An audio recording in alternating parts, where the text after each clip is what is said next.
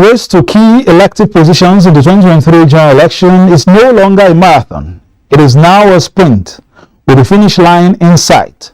The tension in different political camps is being transmitted to excited will-be voters who have vested interest in the logo that tops the ballot. For the politicians, many believe the stakes are even higher, as the consequences or rewards for backing the right horse have a direct impact on their future relevance or obscurity. It is the Nigerian way. In a few short weeks, the promise from the podium will be rewarded by the thumbs on the ballot sheet. And like one of the holy books rightly stated, many are called, but at the end, few are chosen. This is Political Update. I am Fisaya Ogunfui. Welcome.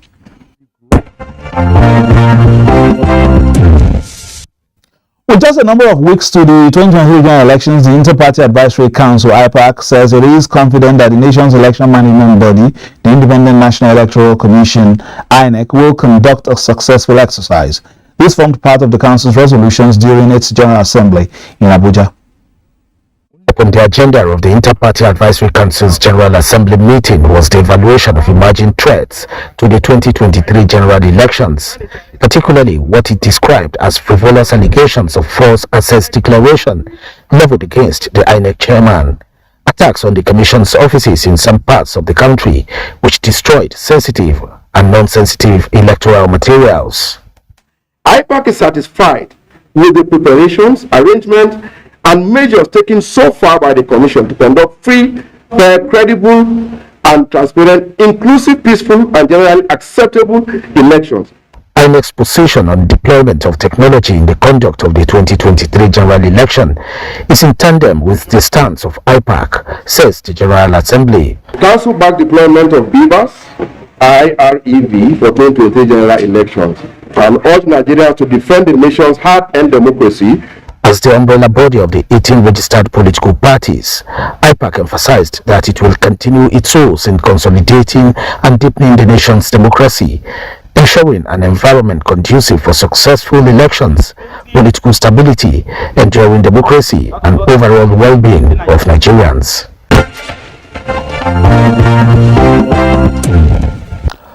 President Court of Appeal Justice Dongbam Mensem says any staff who attempts to compromise the workings of the forthcoming election petition tribunals would lose their jobs and face prosecution. She stated this at a two-day capacity building workshop for election tribunals registry staff at the National Judicial Institute in Abuja.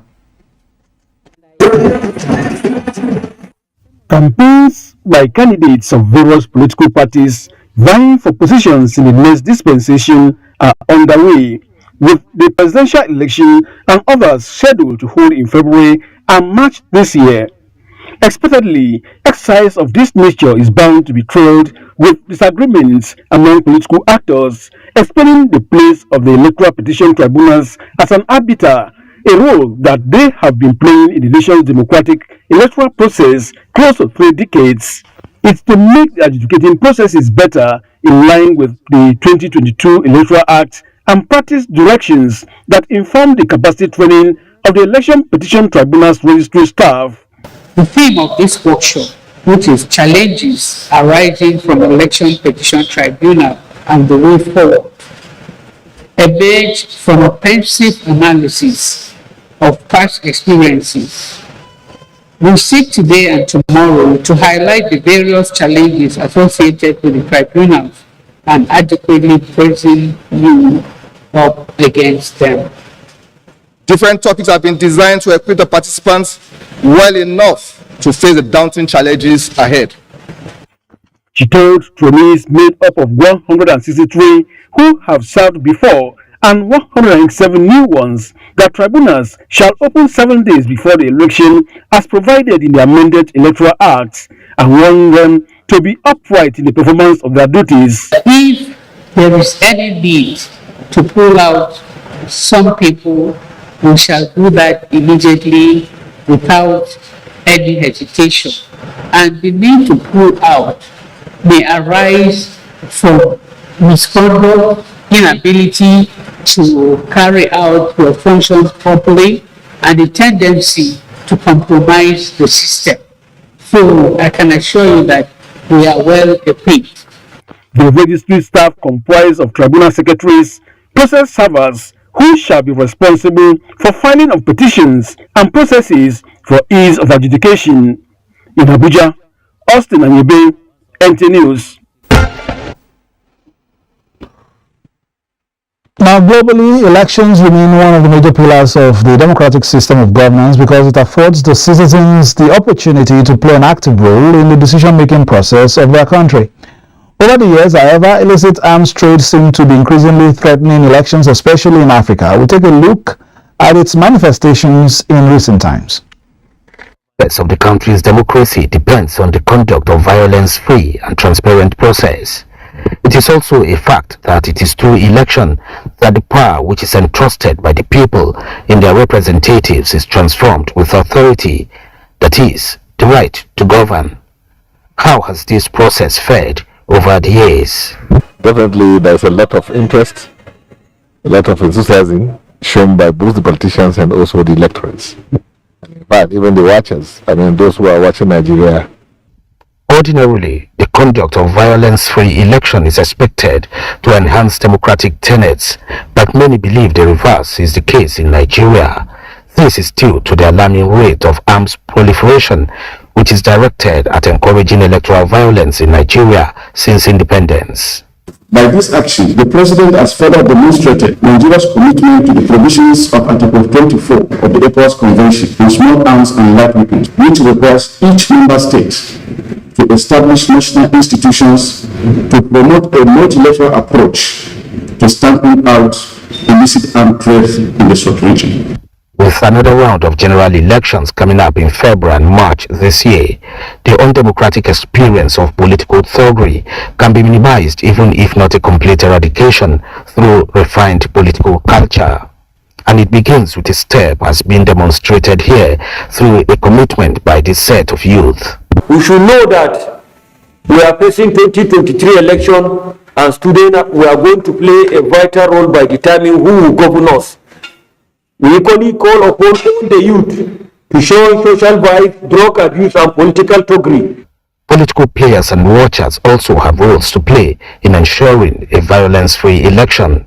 Killing and murdering and manipulating the electoral process are all within the electoral offensive segment of the Electoral Act 2022. How many Nigerians are aware of those provisions? So our view is that the non-state actors, who are the electors or the voters, need to equally be prepared. This should be what will be at the back of our mind as young ones.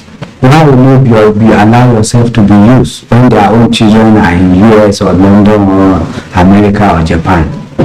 Let them bring their own children to perpetrate violence for them. Say no to violence. Yes to issue-based campaign. It is therefore important to know that arms proliferation is an underlying factor in the perpetration of electoral violence of various magnitudes. Such include political thugs clashes, electioneering campaigns disruption, destruction of electoral materials, harassment of voters and electoral officials. We cannot afford this only towards the 2023 general elections. Ongoing efforts being made by the government and its agencies to checkmate arms proliferation may appear to be infinitesimal and ineffective in achieving the desired goal.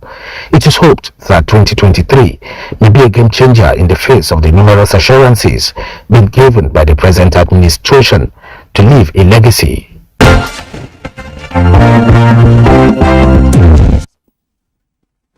Our guest interview on Political Update today features scholar Abiola, the presidential candidate of the People's Redemption Party, PRP. Abiola, whose name is synonymous with the struggle for democratic governance in Nigeria, recently sat down with NTA's Adeni Itaiwo. He promised Nigerians quality leadership if given the mandate to serve as president. I've been committed. I've traveled this country. I've committed not just in my deeds, but I have sacrificed for Nigeria. We have not, in 1993, we just didn't lose an aborted election, but we, in the process of standing by Nigeria, I lost my father, I lost my stepmom, It has cost us dearly. I fought 20 odd years to get that recognition for that election. I got it eventually 3 years ago. And if anything goes wrong with Nigeria, then that sacrifice is wasted. I'm standing to run for this office because I believe in this country.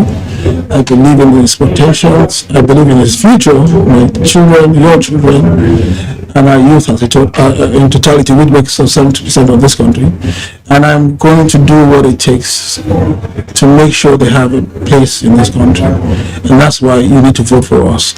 And when you vote for us, you are voting for a party that has no blemish.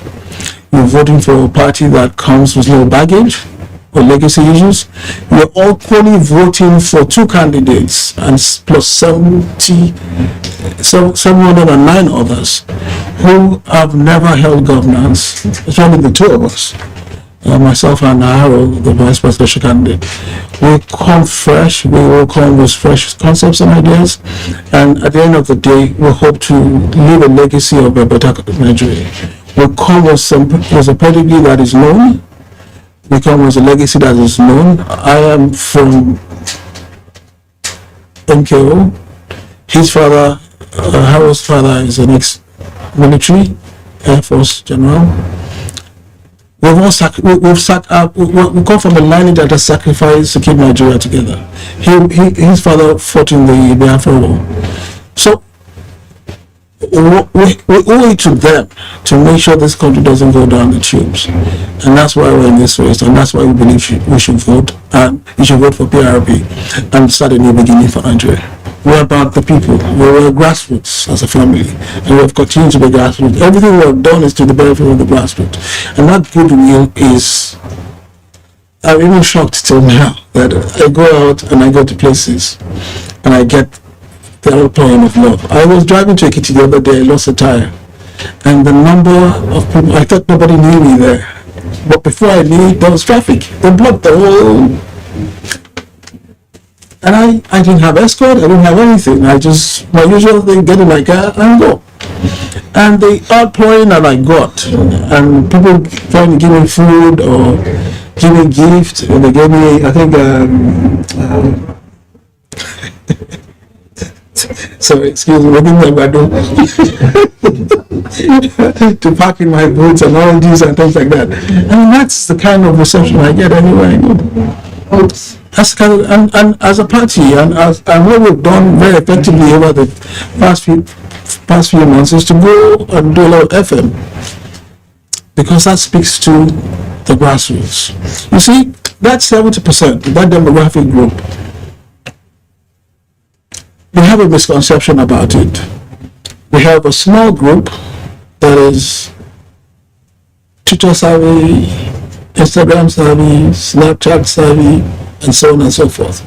But if you look around you, your driver, your mechanic, your conductor, your megadi, your mesuya, your meshai, they're all in that group.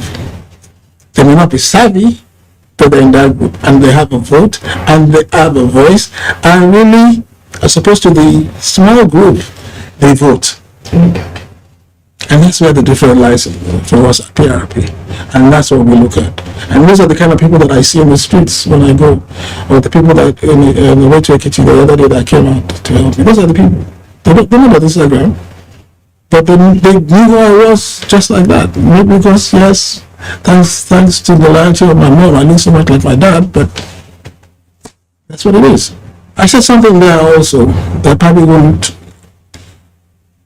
We tend to forget very quickly. We had Abiola bookshops, we had Abiola farms, we had all these things even in the southwest. We had the largest donations to universities and polytechnics in Nigeria. We've done a lot of things. And to this day, we still keep paying WAEC bills for kids that cannot afford to pay for their WAEC. I don't make noise about these things. I'm not the guy that, because he's running for politics, decides to stand by the Agbado seller, and then I don't know why this Agbado thing is coming up so much. But the Agbado seller, and then they film you and put you on Instagram. I don't do all that. bailed out so many people in hardship. I've bailed out. I don't even know who they are. That's the thing. I know that's easy. That's why it's easier for me to forget them, because I don't even know who they are. They write to you, they complain, I check it out, and I just don't even tell them I've solved it. You just find out it's solved.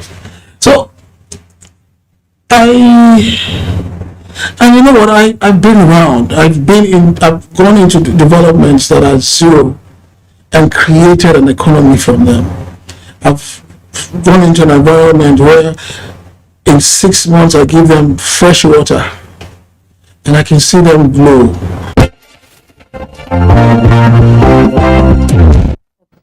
To the campaigns now, President Muhammadu Buhari has urged the people of Adamawa State, who he described as progressives, to prove it once again by voting massively to retain the governing APC at the center and return the land of beauty to the rank of the progressives. He was speaking at the campaign rally for APC candidates in Yola. Adamawa, the land of beauty, is the first state President Muhammadu Buhari will be visiting to campaign for his party since the formal launch of the vote-seeking crusade in Plateau State on November 15 last year. His wife, Aisha Buhari, is an indigene here, and the state has an opportunity to set a record in the history of Nigerian politics and annals of democracy by electing the first ever female governor. There hasn't been a lady governor since we started the system. We are going to present one, and she is going to win, God willing. The president, who thanked the people of Adamawa for reposing their trust in him during the last 2 presidential elections, wants them to continue with this spirit, remain loyal to the party, and support its presidential candidate, Asiwaju Bola Ahmed Tinubu. I advise you to please be focused. APC came into the political field to make sure that Nigerians are recognized as the owners of the country. They are nobody's slaves. They are nobody's boys. They are fellow Nigerians. I would like you to make sure that you choose Ahmed Bola Tinubu. President Buhari used the opportunity to assure the nation's youth that they mean so much to the governing APC and should therefore remain patriotic as well as true to the ideals of decency, respect and accountability. Don't allow fraudulent people to come and dominate your locality. Similarly, President Buhari did not mince words as to where his interest lies when he paid a courtesy visit to the paramount ruler of Adamawa, Lamido Fombina, Dr. Muhammadu Barkindo Aliyu Mustafa. Speaking of taking my candidate and first lady governor, we are here to give our moral support for those who are opposing us. Both the Lamido, Dr. Barkindo Aliyu Mustafa, and the governor of the state, Ahmadu Umaru Funtiri, were unanimous that the people of Adamawa are indebted to the Buhari administration for the unprecedented support towards the development of the state in various sectors of the economy. And still in Yola, it was a careful wooing by the APC, knowing that the state has an indigene on the ballot. APC presidential candidate Asiwaju Bola Ahmed Tinubu, however, told them to give him the garland. The APC presidential campaign got a big boost in Yola. The big fishes came to swim with Asiwaju, none bigger than today's helmsman, President Muhammadu Buhari. Buhari's physical support, an attestation to APC's strong bonds of friendship and loyalty. Yola is a metaphoric hot plate of beans for the president. One of APC's main opponents is from here. They are also the president's in-laws. So, the dance here is a careful one.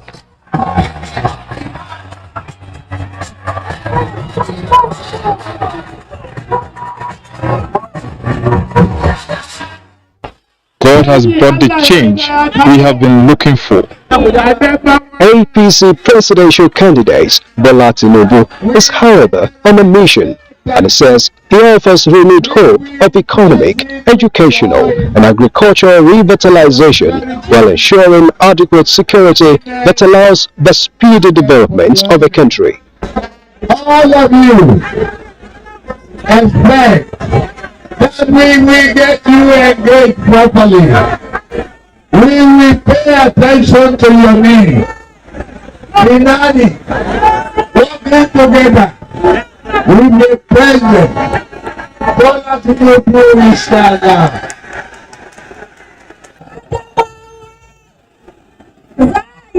Vote us and we would create more job opportunities in Adamawa State. Having lost the state to PDP in the 2019 general elections after ruling the state twice, APC hopes to reclaim popularity here in the coming elections. Locally, it has an unprecedented joker, a first Madam Governor, perhaps. From Yola, Yuspa, and Wahab, NTA News.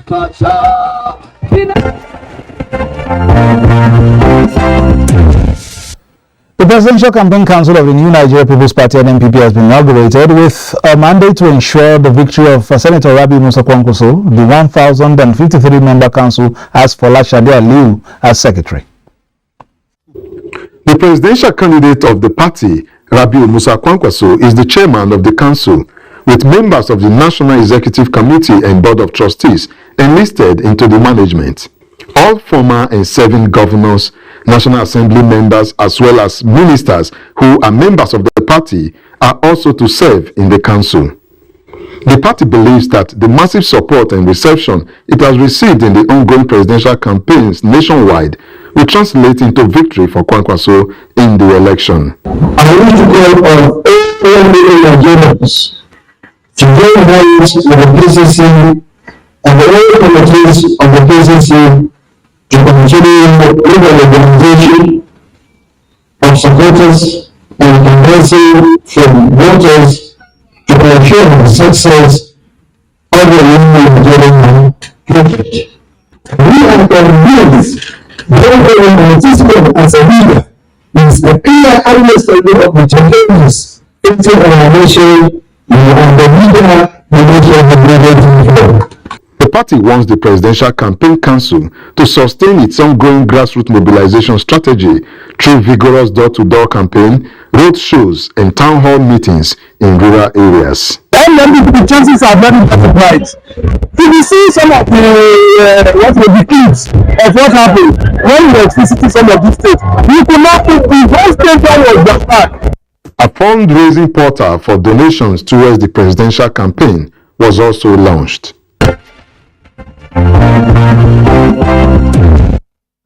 TikTok, the time is fast moving towards election day. Hopefully you all have your PVCs. That has been political update for today. We'll be back again on Friday for a fresh packet. My name is Fisai Ogunfi, urging you to play your politics for the greater good. And as we move closer to D-Day, 25th February, and of course 10th of March, keep it locked on Nigerian Television Authority, NTA, Africa's finest and largest for news, reviews, previews, and interviews. Bye now.